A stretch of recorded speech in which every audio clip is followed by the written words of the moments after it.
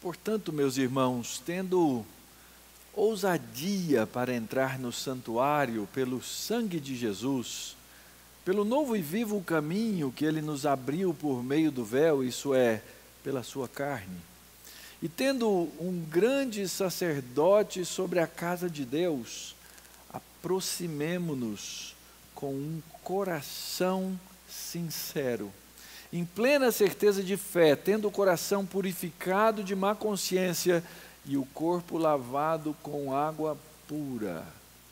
Guardemos firme a confissão da esperança, sem vacilar, pois quem fez a promessa é fiel. Cuidemos também de nos animar uns aos outros, no amor e na prática de boas obras.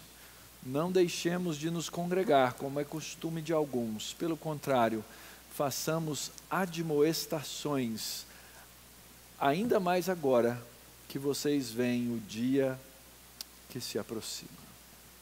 Nosso Deus bendito, nós agradecemos pela oportunidade e convocação que temos de nos reunir e adorar o Teu santo nome. Agradecemos, ó Deus, porque diante da crise iminente que está diante do nosso país, assim como já assolou tantos lugares do mundo, nós temos a condição e a liberdade. Sabemos, ó Deus, que hoje muitos irmãos nossos, milhares e milhares deles, não estão reunidos, não por medo, mas por amor, porque sabem, ó Pai, que para amar o próximo precisam preservar a vida. E nós louvamos pela atitude e vida de cada um que fez isso. Agradecemos, ó Deus, porque as condições que temos nos permitem estarmos reunidos e assim também Te adorar. Agradecemos, ó Deus, por aqueles que se ajuntam a nós agora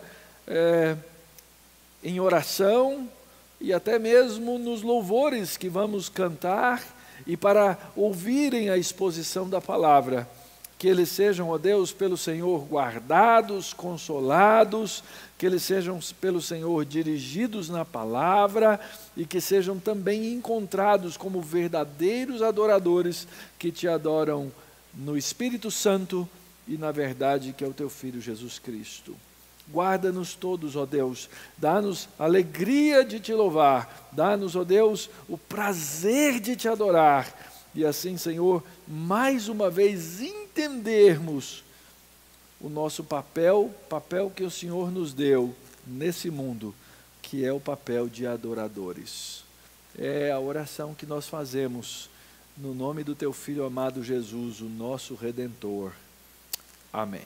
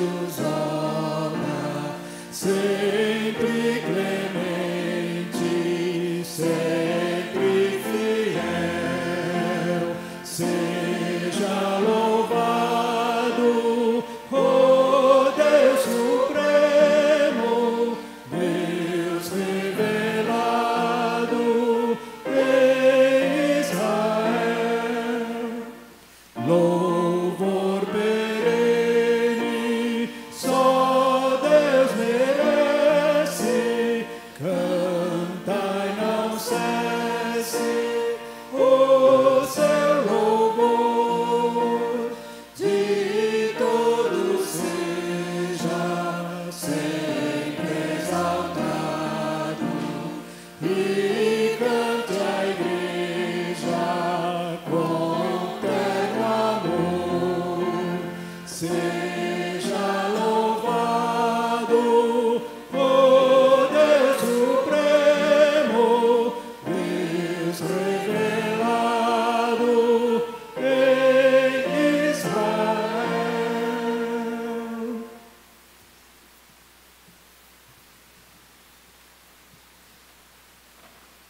Oremos.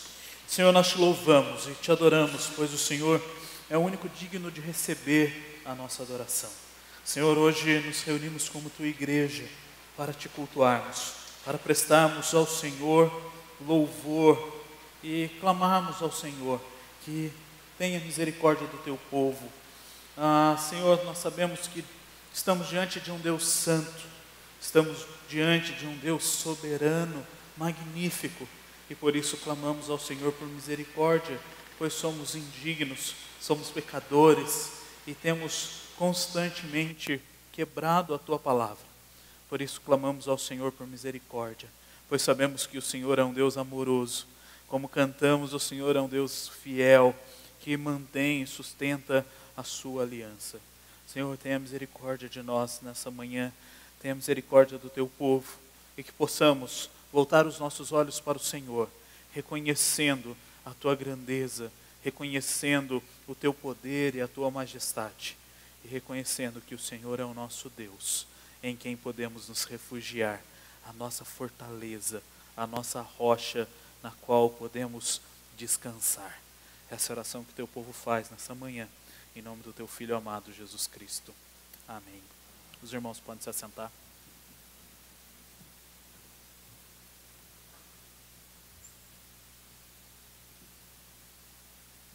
Culto cristão, irmãos, é sempre solene, sempre solene. Isso não significa que o culto solene é carrancudo, é sisudo, nada disso. Culto solene significa que os nossos corações estão em temor diante do Senhor. Entretanto, há ocasiões, irmãos, em que a gravidade das situações exigem de nós o peso no coração. No culto cristão nós sempre temos a confissão de pecados, e esse é um momento sério, muito sério, no qual nós precisamos colocar diante de nós, de Deus, e olhar para nós mesmos nos nossos pecados. Entretanto, nesses momentos, ou há momentos também, em que essa gravidade, ela toma um peso comunitário, cultural e social.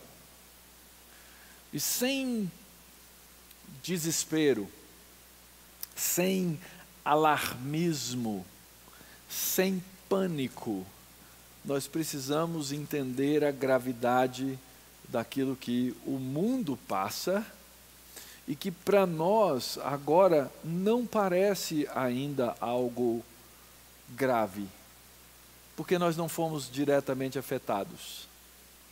Mas tudo indica que seremos. Tudo indica que seremos.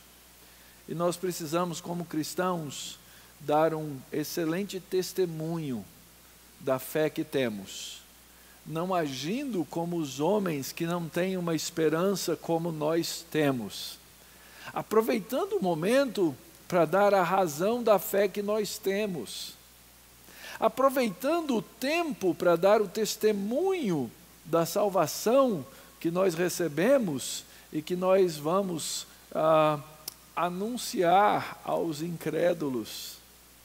Isso é muito importante, irmãos.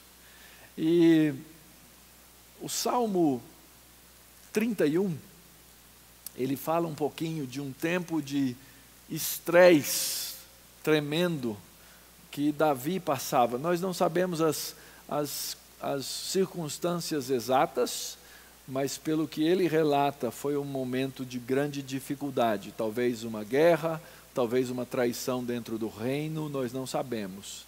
Mas ouçamos as palavras de Davi nesse salmo, nesse cântico que ele ensinou o povo de Deus a entoar. Diz assim o Salmo 31: Em ti, Senhor, me refugio. Não seja eu jamais envergonhado, livra-me por tua justiça. Inclina-me os ouvidos, livra-me depressa. Sê o meu castelo forte, cidadela fortíssima, que me salve. Porque tu és a minha rocha, a minha fortaleza, por causa do teu nome tu me conduzirás e me guiarás. Tira-me do laço que as escondidas me armaram, pois tu és a minha fortaleza. Nas tuas mãos entrego o meu espírito. Tu me remiste, Senhor Deus da verdade. Tu detestas os que adoram ídolos vãos, eu, porém, confio no Senhor. Eu me alegrarei e regozijarei na tua bondade, pois tem visto a minha aflição. Conheceste as angústias de minha alma e não me entregaste nas mãos do inimigo. Firmaste os meus pés em lugar espaçoso. Compadece-te de mim, Senhor, porque eu estou angustiado. De tristeza me consomem os meus olhos, a minha alma e o meu corpo. Gasta-se a minha vida na tristeza e os meus anos em gemidos. Debilita-se a minha força, por causa da minha iniquidade, e os meus ossos se consomem. Irmãos, como é importante entender o que a gente tem diante dos olhos na palavra. Davi está diante de um momento de angústia. Essa palavrinha que aparece aí no verso 9, porque eu estou angustiado, significa estar num lugar estreito, apertado. Essa é a palavra que aparece lá no texto. Ele estava apertado de alguma maneira. E o aperto está chegando. E dependendo muito da sabedoria que tivermos ou não, e também dos nossos governantes ou não, nós vamos estar mais ou menos apertados. Mas esses males, eles prometem chegar na nossa porta. Só que é muito interessante observar a maneira como Davi coloca. Ele diz: Senhor, estão me perseguindo, Senhor, estão atrás de mim, o mal está vindo. Ele sabe que ele tem um inimigo externo, mas ele sabe que ele tem um inimigo interno. Por isso ele diz no verso 10, gasta-se a minha vida na tristeza e os meus anos em gemidos, debilita-se a minha força por causa da minha iniquidade. E alguém há de perguntar: pastor, por que Deus permite que algo assim aconteça no mundo? Irmãos, o pecado jaz no mundo. E nós somos pecadores. Então, quando alguma coisa assim vem, lembram-se lá do começo do texto de Gênesis, a terra tornou-se maldita, a criação geme aguardando a sua redenção. É por isso que existem os vírus, que são, a expressão é bem essa, malignos. É a criação de Deus boa e perfeita, invertida e pervertida, por causa do pecado do homem. Somos parte disso. Então essa hora não é a hora de dizer: essa nação é ímpia, essa nação não é cristã, por isso que ela está sofrendo mais. Tolice. Ou essas pessoas não são sábias e por isso elas vão sofrer mais. Tolice. Todos nós vamos sofrer. Isso não nos impede de pedir a Deus: livra-nos do mal. Isso não impede de dizer, como diz o verso 9, compadece-te de mim, Senhor, porque estou angustiado. Isso não impede que nós nos dobremos ao Senhor, quebrantados, irmãos, quebrantados. É tempo de quebrantamento.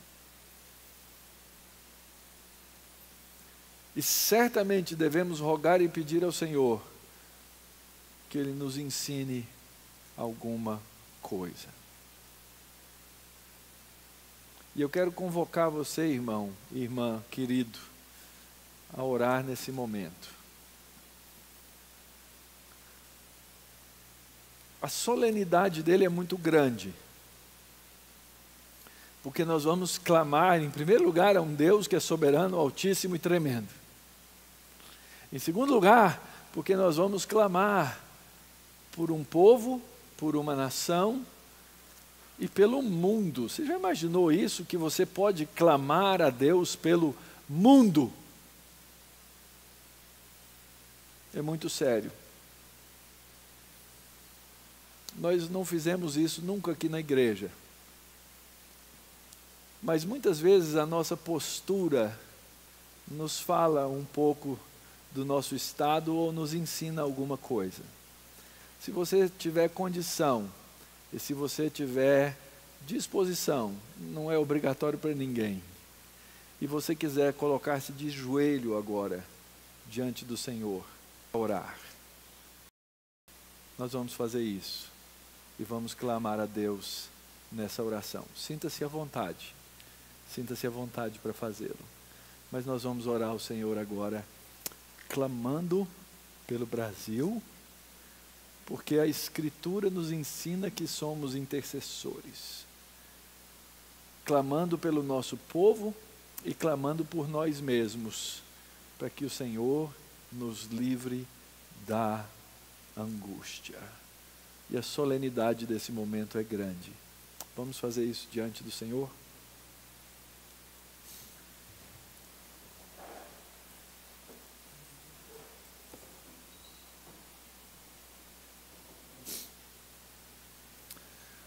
Nosso Pai bendito, Deus soberano, eterno, imortal, cheio de graça, misericórdia, poder e bondade.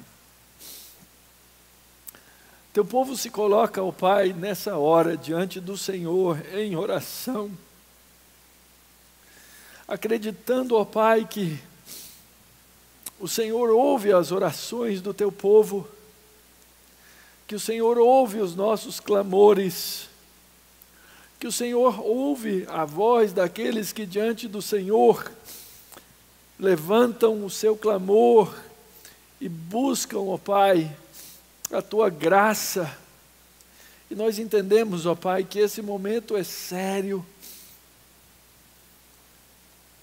que dor há de vir, ó Pai, sobre a nação e sobre o nosso povo, dor essa que já chegou a muitos outros lugares, e que o Senhor nos ensinou a orar ao Senhor e pedir e interceder e clamar, e nós clamamos agora ao Pai, pela nossa nação, pelo nosso país, pela nossa cidade, pelo nosso bairro e pela nossa casa, Pai. Abençoa, Senhor, essa comunidade, tem misericórdia de nós, ó Pai. Nós confessamos a nossa iniquidade e o nosso pecado, e sabemos, ó Deus, que o mundo debaixo da maldição sofre as consequências, e elas vêm tantas vezes mesmo sobre os remidos, de muitas maneiras.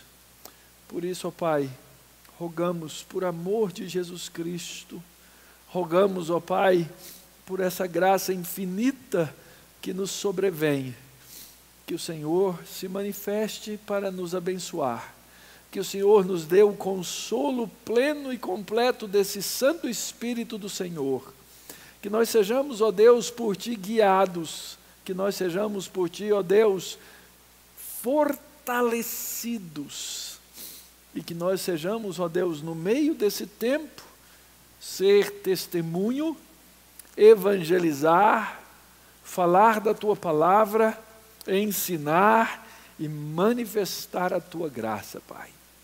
Tem misericórdia de nós, ó Deus. Faz isso pelo Teu povo, faz isso pela Tua igreja.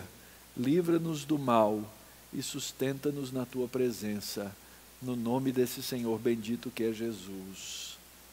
Amém e amém.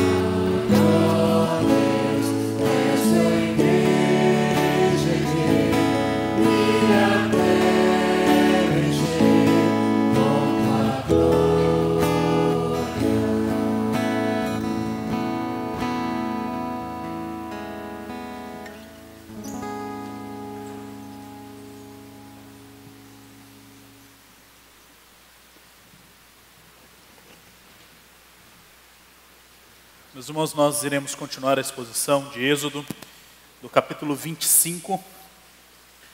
E hoje nós iremos até o final do capítulo 25. Então, Êxodo, capítulo 25, do verso 10.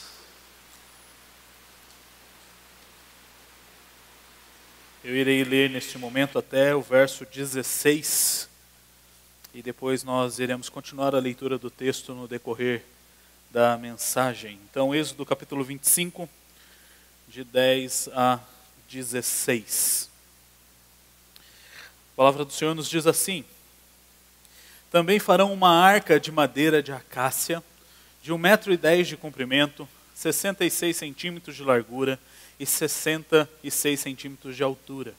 Revista a arca de ouro puro. Coloque esse revestimento por dentro e por fora, e ponha um remate de ouro ao redor da arca. Mande fundir 4 argolas de ouro e fixe-as nos 4 cantos da arca, 2 argolas num lado dela e 2 argolas no outro lado. Faça também cabos grossos de madeira de acácia, revista-os de ouro. Passe os cabos pelas argolas nos lados da arca, para que ela possa ser carregada por meio deles. Os cabos ficarão nas argolas da arca e não serão tirados dela. E você porá na arca o testemunho que eu lhe darei. Vamos orar? Senhor, nós te agradecemos pelo privilégio de podermos ler a Tua palavra, de podermos, em meio a toda essa situação que temos vivido com o coronavírus, o Senhor ainda nos permite nos reunirmos como igreja para Te cultuarmos. E como acabamos de cantar, ó Pai, nós clamamos a Ti que fale aos nossos corações. Clamamos ao Senhor que por meio da Tua palavra sejamos confortados, por meio da Sua palavra sejamos confrontados, por meio da Tua palavra sejamos levados ao arrependimento e uma disposição de vivermos segundo a Tua vontade. Tenha misericórdia de nós, ó Pai. Essa é a oração que nós fazemos em nome do Teu Filho amado, Jesus Cristo. Amém e amém. Apenas uma revisão do que temos visto até agora. O capítulo 25, como vimos, o 24 e o 25, como vimos na semana passada, nós vemos o Senhor preparando Moisés e mostrando a Moisés o que ele queria que Moisés construísse. E ele vai falar então sobre a construção do tabernáculo e mostrar que neste lugar seria o lugar onde Deus, a presença de Deus estaria com o seu povo. Então essa tenda deveria ser construída de acordo com a vontade de Deus. E nós terminamos o sermão da semana passada vendo um pouco sobre a necessidade da contribuição para que o tabernáculo fosse construído. E agora no capítulo 25 em diante, nós veremos um pouco mais dos detalhes deste tabernáculo.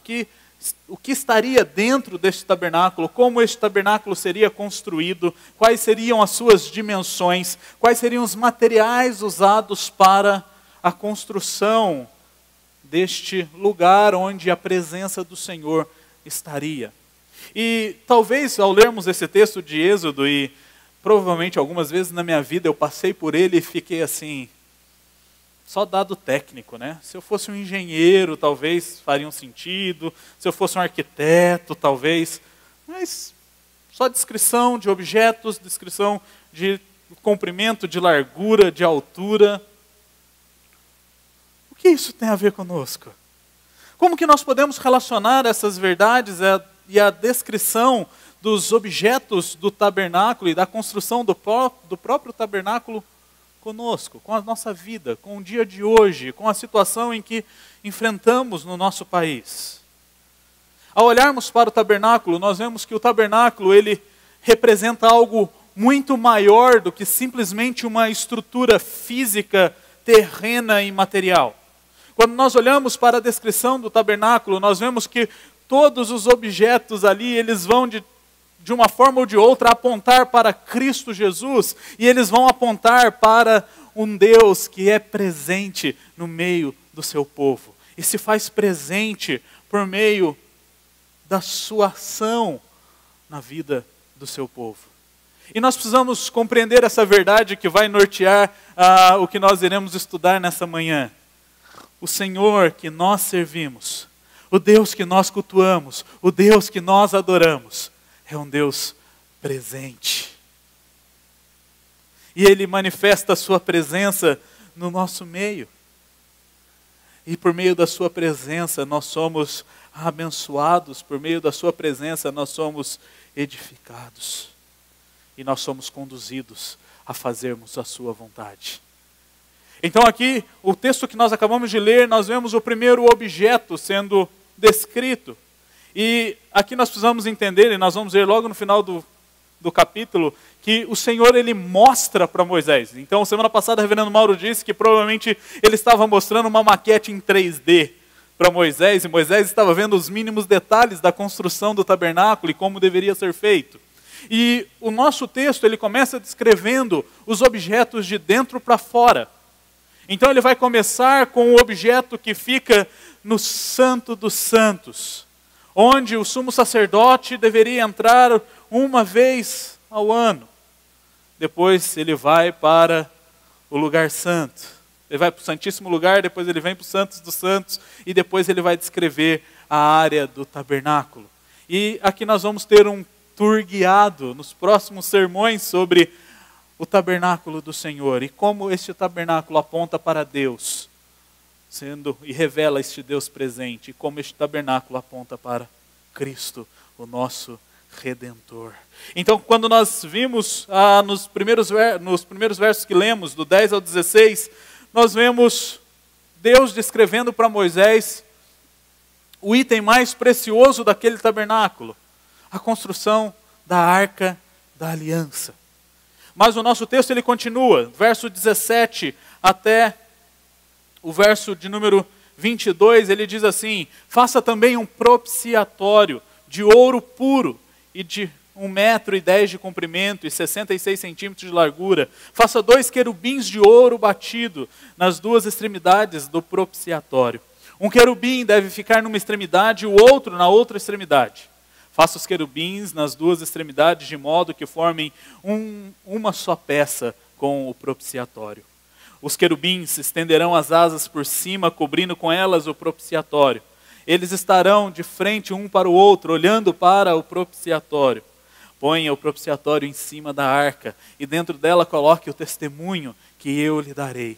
Ali eu me encontrarei com você e de cima do propiciatório, do meio dos 2 querubins que estão sobre a arca do testemunho, falarei com você a respeito de tudo o que eu lhe ordenar para os filhos de Israel. O que nós vemos e aprendemos com a Arca da Aliança? Primeiro, nós vemos aqui a presença majestosa e misericordiosa do Senhor. Na descrição dos primeiros versos que lemos, do 10 em diante, nós vemos quais materiais deveriam ser usados na Arca do Senhor. Então ele vai dizer que ela deveria ser construída de madeira de acácia e deveria ser coberta com ouro. E na história, e nós tivemos várias alegorias ou várias insinuações sobre cada um destes detalhes. Então, eu li um dos autores essa semana que vai dizer que o ouro ele vai representar Deus, a prata vai representar o Espírito de Jesus e o bronze, o Espírito Santo, a madeira representa o povo. Então, nós vamos ter diversas situações e diversas insinuações a respeito de cada um dos itens deste detalhe ou dessa descrição detalhada do tabernáculo. Mas não creio que ela seja assim tão minuciosa e que a acácia vai representar uma determinada situação ou um determinado contexto. O que nós vemos na descrição dos materiais e nós podemos inferir deles é que o Senhor usa, como o reverendo Mauro disse semana passada, uma madeira que era comum naquela época. Era algo que era acessível, que era fácil. Aquele povo estava no deserto. Eles estavam caminhando. E o ouro usado vai mostrar então a majestade, a glória desta arca, mas era um item que eles tinham com eles.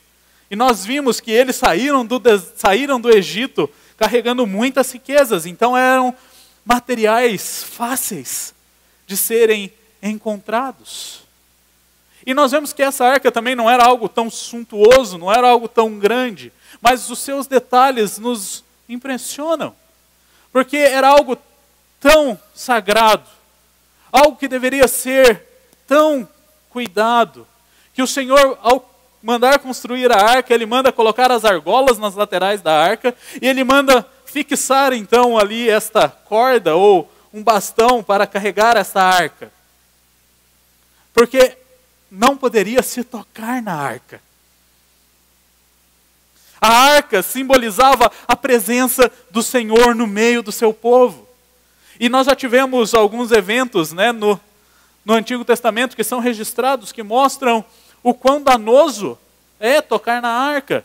E quando nós lemos Samuel, nós vemos ali o povo recuperando a arca dos filisteus, pegando a arca dos filisteus, levando de novo para Jerusalém, Davi ali fazendo aquela festa, e a arca sendo mal carregada, sendo carregada em um carro de boi.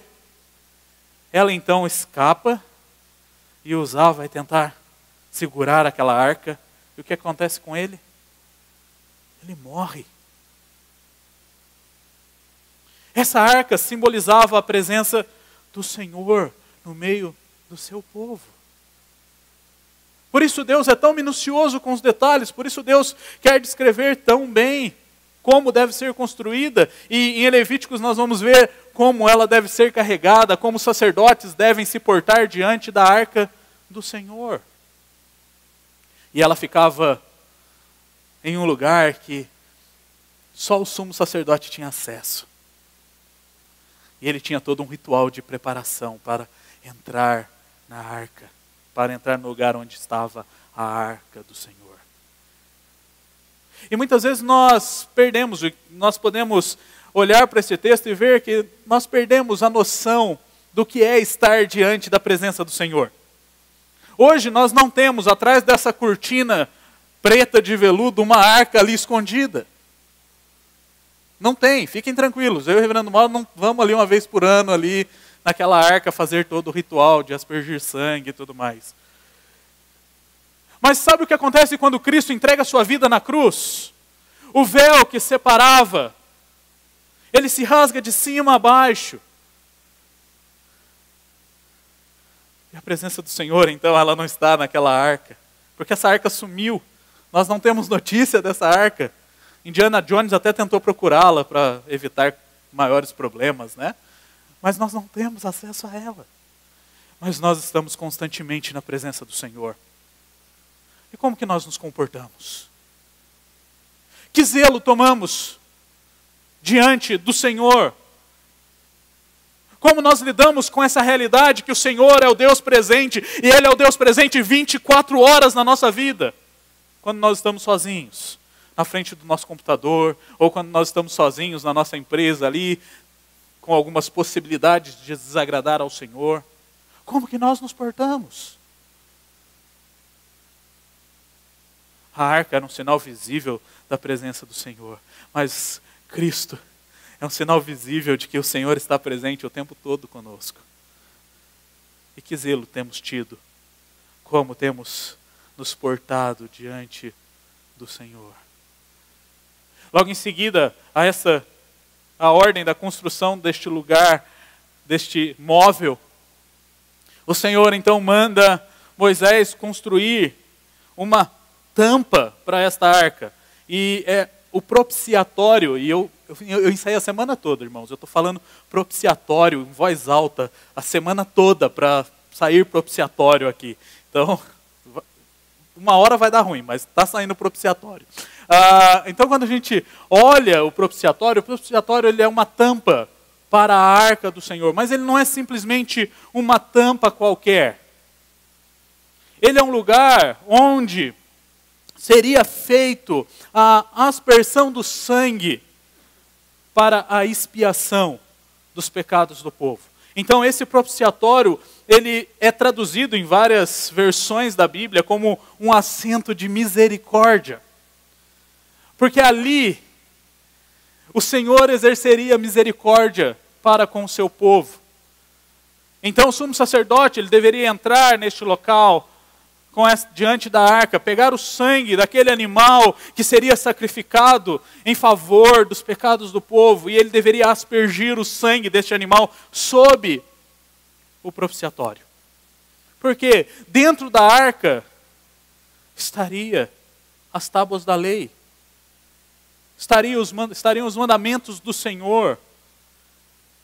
E nós somos incapazes de cumprir a lei do Senhor e cumprir a vontade do Senhor plenamente. E esse propiciatório então seria o lugar de misericórdia, no qual por meio do sangue nós receberíamos a graça e a misericórdia do Senhor. E nós vemos em cima desse propiciatório, o Senhor manda Moisés construir 2 querubins. E colocar estes 2 querubins com as suas asas cobrindo o propiciatório. E talvez nós temos uma ideia muito Disney, né? Do que são os querubins. Então a gente pensa nos anjos e pensamos naqueles seres com as bochechinhas rosadas, com os cabelinhos encaracolados e loiros, né? Então geralmente essa é a nossa imagem de um anjo ou de um querubim. Mas essa é a nossa imagem porque muitas vezes nós passamos batido na leitura de Ezequiel. E quando nós lemos Ezequiel, nós vemos a descrição do que seriam os querubins. E ele diz assim: do meio disso saía algo semelhante a 4 seres viventes, cuja aparência era esta. Tinham a semelhança de um ser humano, cada um tinha 4 rostos e 4 asas. As suas pernas eram retas e a planta dos pés eram como a de um bezerro e brilhavam como bronze polido. Debaixo das asas e dos 4 lados tinham mãos humanas. Assim todos os 4 seres viventes tinham rostos e asas. As asas se uniam uma à outra. Eles não se viravam quando se moviam. Cada um andava para a sua frente. Quanto à forma dos seus rostos, cada um tinha um rosto de um ser humano. Do lado direito, os 4 tinham o rosto de leão. Do lado esquerdo, o rosto de boi. E os 4 também tinham o rosto de águia. Assim eram os seus rostos. Suas asas se abriam para cima. Cada ser vivente tinha 2 asas, unidas cada uma a do outro. Com as outras 2 asas, eles cobriam o corpo. Cada um andava para a sua frente, para onde o Espírito queria ir, eles iam. Não se viravam quando se moviam. O aspecto dos seres viventes era como carvão em brasa, a semelhança de tochas. O fogo corria resplandecente por entre os seres viventes, e deles saíam relâmpagos. Os seres viventes zigue-zagueavam a semelhança de relâmpagos. Acho que nada a ver com a figura que nós temos na mente. Mas em cima da arca, ali nós vemos estes 2 querubins sendo colocados, com as suas asas cobrindo o propiciatório, representando o nosso Senhor, a presença de Deus. Então, eles simbolizavam uma realidade celestial. E ali nós vemos a realidade celestial e a realidade humana com o testemunho que é colocado dentro da arca. São incompatíveis, porque nós não conseguimos obedecer à lei. Nós somos incompatíveis com essa realidade celestial, com a santidade de Deus. Isaías, ao se deparar com o Senhor, ele diz: pobre de mim, pecador. Ai de mim, os meus olhos viram o Senhor. Então nós precisamos do propiciatório. Nós precisamos do mediador. Aquele que vai dar o seu sangue em favor daqueles que não podem cumprir a lei. E fazer com que eles sejam justificados diante do Senhor. Ali representado pelos querubins. E como essa estrutura vai apontar para Cristo? Cristo é a propiciação pelos nossos pecados.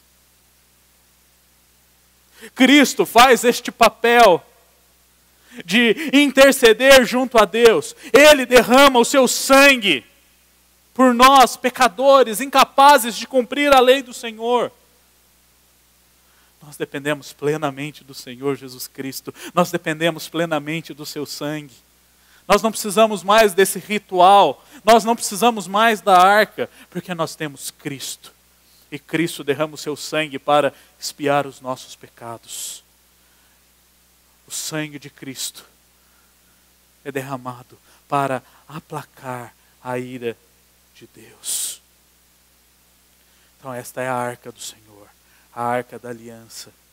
Mostra a presença de Deus e aponta para Cristo como sendo a propiciação pelos nossos pecados. Mas o nosso texto continua, verso de número 23, ele diz: faça também uma mesa de madeira de acácia, terá o comprimento de 88 centímetros, a largura de 44 e a altura de 66. Faça um revestimento de ouro puro e ponha um remate de ouro ao redor. Faça também uma borda ao redor da largura de 4 dedos e ponha um remate de ouro ao redor da borda. Faça também 4 argolas de ouro e fixe-as nos 4 cantos que estão nos 4 pés da mesa.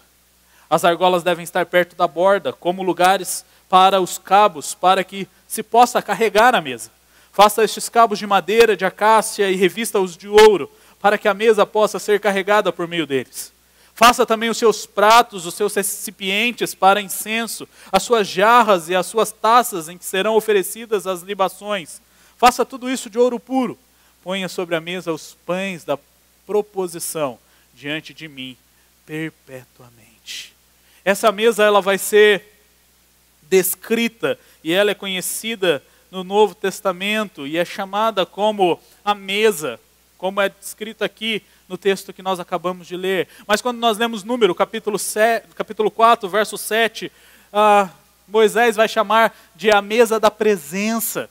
Quando nós lemos Levítico, a mesa é chamada de a mesa do puro ouro.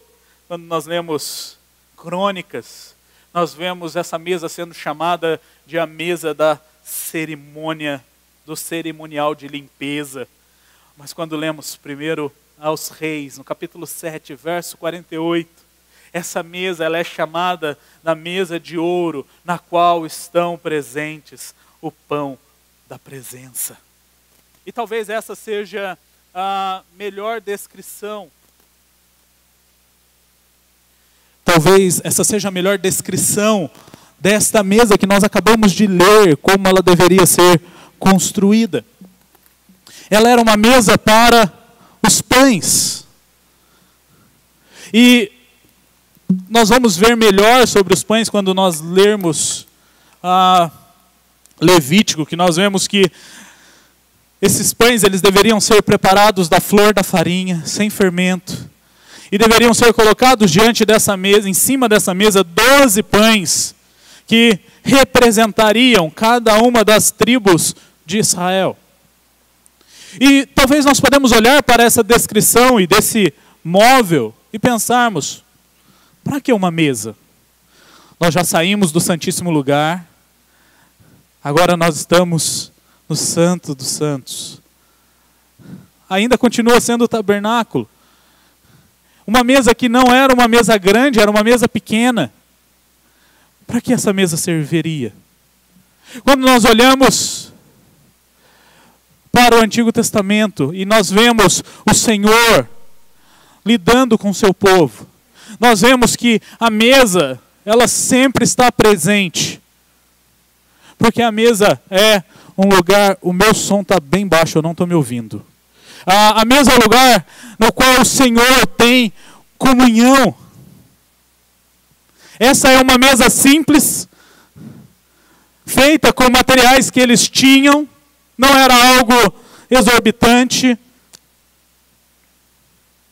mas ela estava ali para simbolizar esta comunhão. Ali estariam os objetos necessários para uma refeição. E os pães estariam ali. Meus irmãos, quando nós olhamos para este objeto, nós vemos estes pães sendo colocados. E o nosso texto diz que eles deveriam estar sempre em cima da mesa. Eles deveriam estar diante do Senhor perpetuamente. Então essa mesa ela vai mostrar a comunhão que o Senhor tem com o seu povo. E nós nutrimos essa comunhão geralmente ao redor da mesa. Se você quer demonstrar carinho com alguém, se você quer receber alguém bem, se você quer mostrar o seu amor para com alguém, o que você faz com essa pessoa? Chama ela para comer, prepara um prato.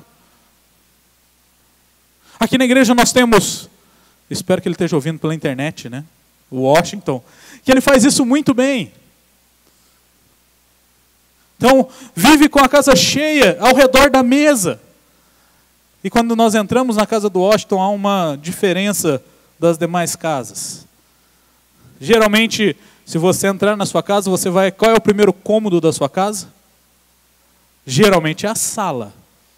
Se a sua casa for grande, você vai ter um hallzinho, uma antessala. Na casa do Washington, a gente entra pela cozinha. E você entra, não tem um sofá, tem uma mesa. E ali é um lugar de comunhão. Eu sou mineiro. E a maioria das visitas em casa, desde a minha infância, quando me lembro, elas dificilmente ficavam na sala. Elas iam para a cozinha. Este é o lugar da nossa casa que nós demonstramos o nosso amor, o nosso cuidado. Onde nós desenvolvemos intimidade, onde nós desenvolvemos companheirismo.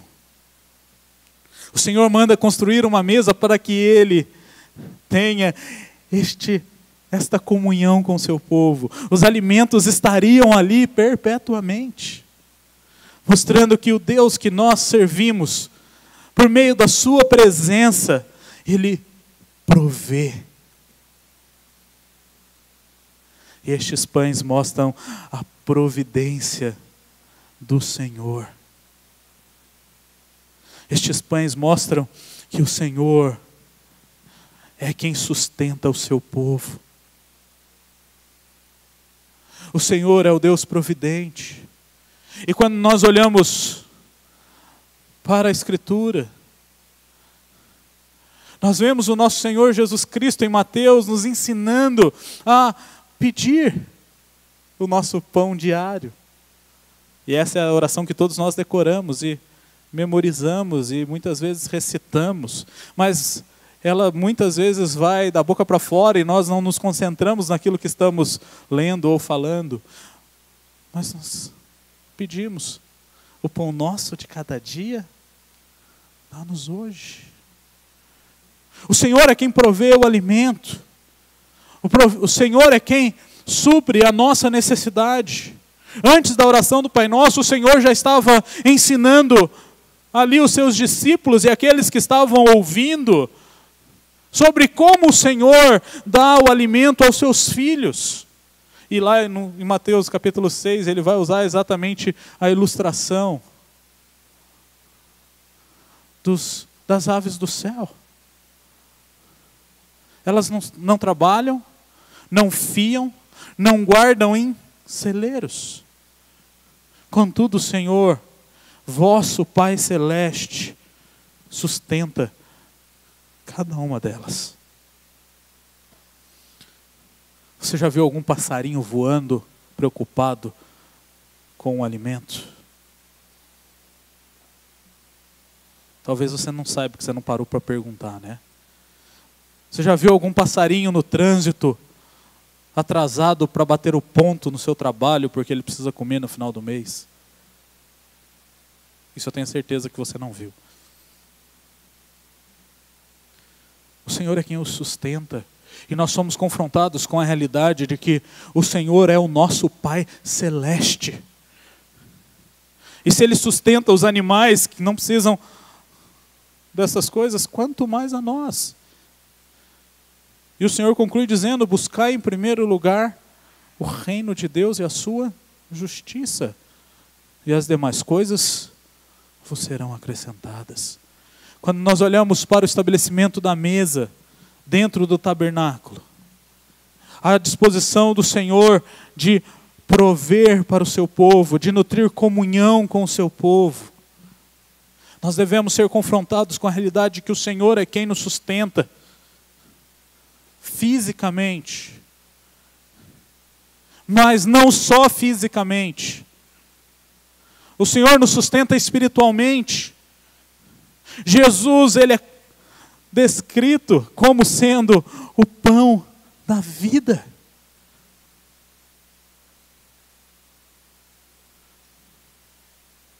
Jesus é o pão da vida. Quando nós lemos na tentação de Jesus, quando ele cita Deuteronômio, ele vai dizer a Satanás: nem só de pão viverá o homem, mas de toda a palavra que procede da boca de Deus. E o Senhor é tão misericordioso conosco, que além de prover o pão para o alimento físico, Ele provê Cristo para o alimento espiritual. E nós somos sustentados de todas as maneiras possíveis pelo Senhor.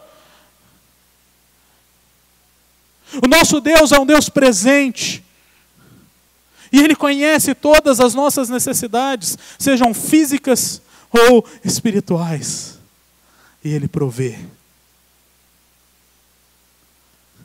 Todo mês nós celebramos a ceia, nós montamos a mesa. E nessa mesa estão os pães, os cálices. E quando nós celebramos o pão, nós nos lembramos de que nós estamos nos fazendo co-participantes do sofrimento de Cristo, que é o corpo dele que foi dado por nós. Nós nos alimentamos daquilo que Cristo fez por nós na cruz.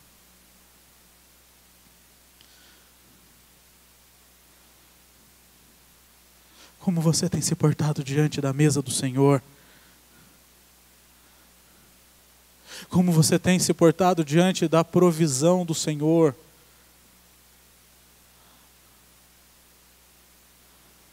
O tabernáculo mostrava que o Senhor estava presente, mas não era uma presença vazia ou uma presença está por estar. Mas o Senhor se preocupava com o seu povo e sustentava o seu povo. E a minha pergunta é: este Deus mudou? Não, Ele continua sendo o mesmo Deus que sustenta o seu povo, que cuida do seu povo. E nós caminhamos, o nosso texto continua, verso 31, ele diz assim: faça também um candelabro de ouro puro, de ouro batido deverá ser feito este candelabro.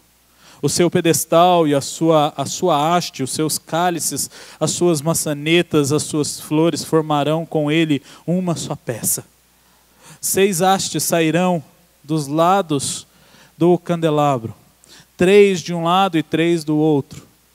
Numa haste haverá 3 cálices com formato de amêndoas, uma maçaneta e uma flor. Na outra haste haverá 3 cálices com formato de amêndoas, uma maçaneta e uma flor. E assim serão as 6 hastes que saem do candelabro. Mas o candelabro mesmo haverá 4 cálices, com formato de amêndoas, com as suas maçanetas e as suas flores. Haverá uma maçaneta sob 2 hastes que saem dele, e ainda uma maçaneta sob 2 outras hastes que saem dele, e ainda mais uma maçaneta sob 2 outras hastes que saem dele. Assim se fará com as 6 hastes que saem do candelabro. As maçanetas e as hastes do candelabro formarão uma só peça com o mesmo. Tudo será de uma só peça, obra batida de ouro puro. Faça também as 7 lâmpadas do candelabro, as quais se acenderão para iluminar o espaço diante dele. As suas tesouras de cortar pavios e os seus apagadores serão de ouro puro. Com 34 quilos de ouro puro se fará o candelabro com todos estes utensílios. Tenham cuidado de fazer tudo segundo o modelo que foi mostrado a você no monte.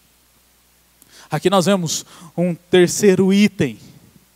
E este terceiro item ele é fundamental para o tabernáculo. Pensem, o tabernáculo ele era uma tenda. Era pano em cima de pano. E dentro do tabernáculo era escuro. Então o Senhor ordena a Moisés para que ele construa um candelabro de ouro. E aqui nós não estamos falando de um candelabro pequeno, simples. Porque eles vão usar 34 quilos de ouro puro.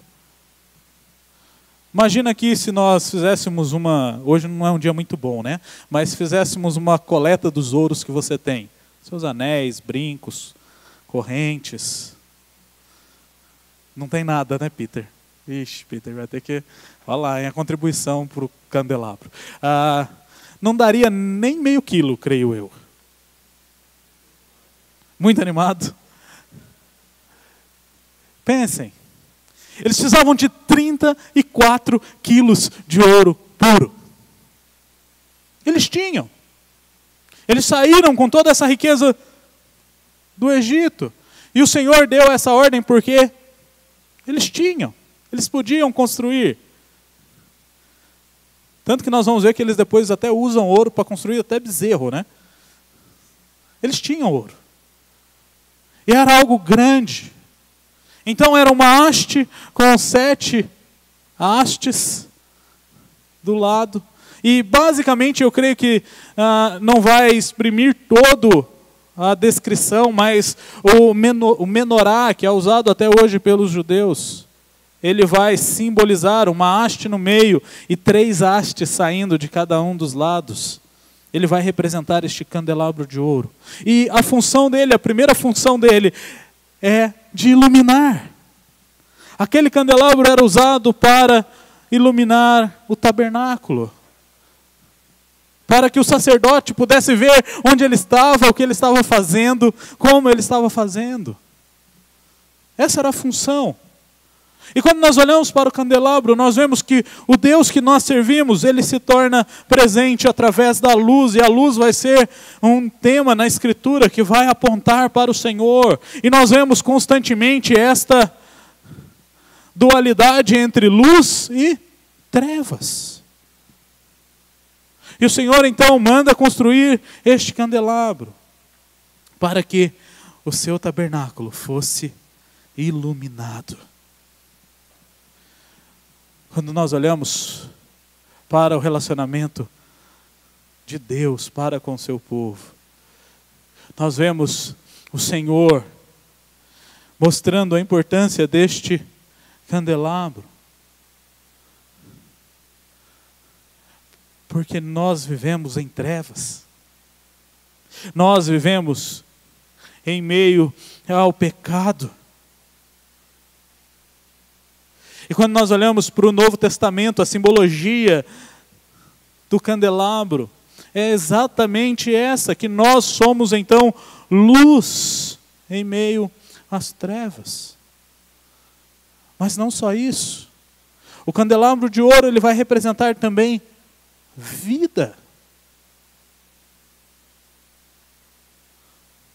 Ele vai mostrar que ali há vida. E ele faz isso por meio da luz. E quando nós olhamos o formato do candelabro, nós vemos um formato bem peculiar. Hoje, quando nós queremos iluminar algo, aqui no Brasil nós colocamos uma lâmpada no meio, né? E se você for para fora, em alguns hotéis, algumas casas, as lâmpadas elas são colocadas no canto, né? Em alguns lugares, nos quartos de hotel, geralmente as lâmpadas são no canto ou no abajurzinho. E nós colocamos ela no meio. Aqui nós não vemos nenhum formato de lâmpada ou um formato de vela. Quando nós olhamos para este candelabro de ouro, nós vemos o formato de uma árvore. E quando nós olhamos para a referência da árvore, nós vemos que ele vai descrever que ela deveria ser como amêndoas, que deveria ter os seus frutos. Nós vemos a descrição de algo que é vivo, ou que representa a vida. Mas esse candelabro também vai nos mostrar e representar a luz e mostrar que o Deus que nós servimos é luz. E essa luz vai simbolizar a presença de Deus, ela vai representar e simbolizar a santidade de Deus. Tanto que nós lemos lá em Apocalipse capítulo 2, no verso 5, quando o Senhor escreve à igreja, ele diz que vai tirar o candelabro daquela igreja, vai tirar a vida, vai tirar a luz, vai tirar a sua presença.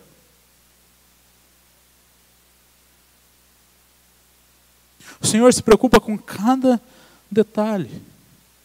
E quando nós olhamos para Cristo, nós vemos o nosso Senhor Jesus afirmando que Ele é a vida. Basta você ler o Evangelho de João, que você vai ver essa afirmação sendo feita repetidamente. Nós vemos que para todo aquele que nele crê, tem a vida eterna. Assim também o Filho vivifica ou dá vida àqueles a quem Ele quer. Aquele que vira o Filho e nele crer, tem a vida eterna. Jesus, Ele diz que Ele veio para que nós tenhamos vida, e para que nós tenhamos vida em abundância. Ele diz que Ele é a ressurreição e a vida. Quem crer nele viverá e não passará pela morte. Ele diz que Ele é a vida eterna, que Ele é o caminho, a verdade e a vida. Aquele que nós adoramos é aquele que tem aquilo que nós precisamos: vida. Sem Cristo não há vida. Sem Cristo, a morte é a morte eterna. Mas o próprio Cristo também vai afirmar que Ele é a luz. E quando nós vemos a profecia a respeito do Verbo encarnado em Isaías, no capítulo 9, no verso 2, Isaías vai dizer que aqueles que andavam nas trevas, eles verão grande luz. E aqueles que vivem na sombra da morte, a luz iria disseminar, iria iluminar. Essa criança que nasceu é a luz prometida. É a luz para os gentios. Então, quando nós olhamos para Cristo e olhamos para o tabernáculo, nós vemos vida e luz sendo representantes da presença de Deus no meio do seu povo. Jesus é a vida de Deus e Ele é a luz do mundo. Então, quando nós temos um relacionamento pessoal com Ele, nós refletimos essa luz. Nós somos instrumentos para levarmos vida àqueles que estão mortos. Mas nós precisamos de um relacionamento real com o Senhor. Nós precisamos experimentar e viver a presença de Deus nas nossas vidas todos os dias. E diante desses objetos descritos, o que nós faremos? Primeiro, nós temos que nos lembrar que o Deus que nós servimos, Ele é presente. Porque se nós nos esquecemos disso, consequentemente, nós iremos nos atemorizar, nós iremos entrar em pânico. Pois nós nos sentiremos abandonados, pois nós sentiremos que não há controle em nada. E essa lembrança ela é importante no momento em que nós estamos vivendo hoje. Como cristãos, nós devemos olhar para o coronavírus e lembrar que toda esta pandemia continua debaixo do controle do Senhor. O Senhor é o Deus presente. Ele não perdeu o controle. Ele não se ausentou um minuto. Ele não tirou férias. Então, quando você ler as notícias, quando você se apavorar com os milhares de vídeos que surgem, quando você chegar na farmácia e acabou o álcool em gel, ou se você chegar no supermercado e acabou o papel higiênico, não se apavore, não se desespere, não fique com a sua alma angustiada, Porque o Deus que nós servimos, Ele continua no controle. E Ele continua sendo misericordioso, Ele continua sendo providente, Ele continua cuidando dos seus. Isso não nos impede de sermos zelosos. Isso não nos impede de termos os nossos meios de prevenção. Mas o nosso coração deve estar depositado no Senhor, na lembrança que Ele é presente. Então, lembrando disso, volte os seus olhos para a misericórdia do Senhor. Talvez você não esteja contaminado com o coronavírus. E hoje eu creio que essa deve ser a esperança de todo mundo ao olhar para o lado, né? Será que fulano está? Mas eu tenho uma notícia triste para te dar. Essa semana, ao traduzir um artigo, fui relembrado de uma coisa importante. Todos vocês estão contaminados com outro vírus. Todos vocês estão contaminados com o vírus do pecado. Vocês são pecadores e vocês transmitem esse vírus. Por isso, olhe para o Senhor, olhe para a sua misericórdia e lembre-se do que Cristo fez por você para acabar com esse vírus, que é muito mais danoso do que o coronavírus. Cristo entregou a sua vida, derramou o seu sangue em seu favor. Lembre-se disso. Então, coloque a sua vida no propiciatório, no assento de misericórdia, que é Cristo Jesus. Você deve clamar ao Senhor pelo pão de cada dia.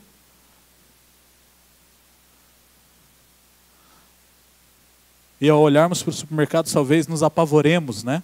E mais cedo estávamos conversando sobre isso. A Reverendo Mauro enfrentou filas ontem, né? Para ter comida. Os supermercados estão cheios. Hoje, 8 horas da manhã, 8h30, passei em frente ao Giga, aqui na Marginal. E eu olhei assim, estava um mar de carros. E eu nunca vi aquele supermercado cheio, uma hora dessa no domingo. Nós devemos nos preparar e buscarmos o pão e colocarmos o pão e a comida dentro de casa. Não há problema nisso. Mas você deve clamar ao Senhor, o Deus da providência, para que Ele te sustente. Lembre-se que Ele vai suprir todas as suas necessidades. Não se esqueça disso. O supermercado não é o seu socorro. Os hospitais não serão o seu socorro. O seu socorro é o Senhor. Estas coisas são instrumentos usados por Deus para nos abençoar e cuidar de nós. Mas nós devemos ter os nossos corações depositados naquele que provê todas as coisas que nós necessitamos. E por fim, nós devemos refletir a luz de Cristo em todos os lugares. Pois Ele nos deu vida. Cristo veio ao mundo para nos dar vida e ser luz nas trevas. E nós somos chamados para sermos candelabros. Nós somos chamados para sermos luz. E nós temos uma situação no nosso país que pode ser uma excelente oportunidade para sermos luz. Nós devemos apresentar o Cristo que traz vida frente a um vírus que pode trazer morte. Nós devemos ser luz para aqueles que estão se afundando nas trevas do desespero. É sua responsabilidade, é minha responsabilidade, testemunharmos a este Cristo vivo que dá vida. E como que nós fazemos isso? Por meio de um testemunho cristão, vivendo em santidade, em todos os lugares onde Deus nos colocar. Reconhecendo que nós estamos na presença do Senhor e nós devemos nutrir comunhão com Ele. E nós fazemos isso por meio da evangelização. Então talvez uma ferramenta eficaz, em vez de propagarmos videozinhos de terror do coronavírus, compartilhe a Cristo, que pode trazer vida e luz em meio a essa pandemia. Lembre-se da Escritura e compartilhe a Escritura. Testemunhe. Mostre para as pessoas quem é o Deus que você serve. Um Deus que é sempre presente, que provê todas as coisas e que nos dá muito além do material. Ele nos dá a vida eterna. Que Deus possa nos abençoar e nos dar graça e que nós possamos exultar a este Deus que foi enviado ao mundo para dar a sua vida por nós, para que nós pudéssemos viver. Vamos nos colocar em pé e louvarmos a Deus.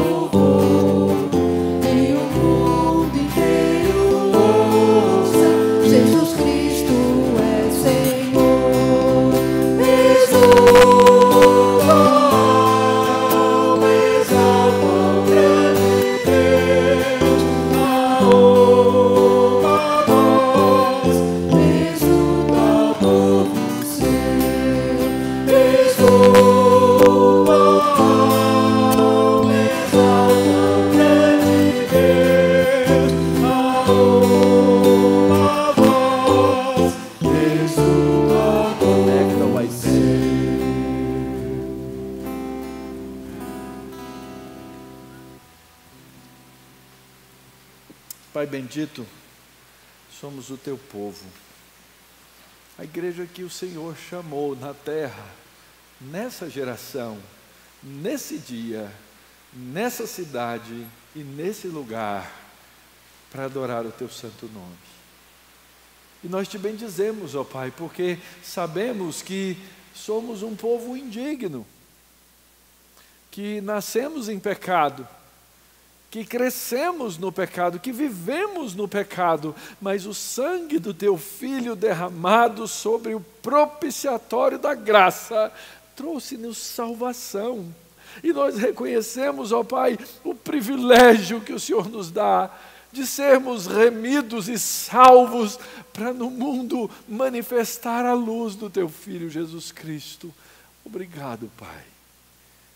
Obrigado, Senhor, porque fazendo-nos o corpo do teu Filho, estendes a luz que Ele é, fazendo-nos o corpo do teu Filho, dá-nos a alegria e a oportunidade de estender o pão da vida ao que está morto. Obrigado, Deus, porque o Senhor é bom, porque o Senhor é misericordioso e porque o Senhor fez essas coisas pelo teu povo e a tua igreja. Não permita, Pai, que nos esqueçamos do nosso papel e propósito no mundo em todo o tempo, no tempo da fartura e no tempo da crise, Pai, no tempo da saúde e no tempo da pandemia, Pai.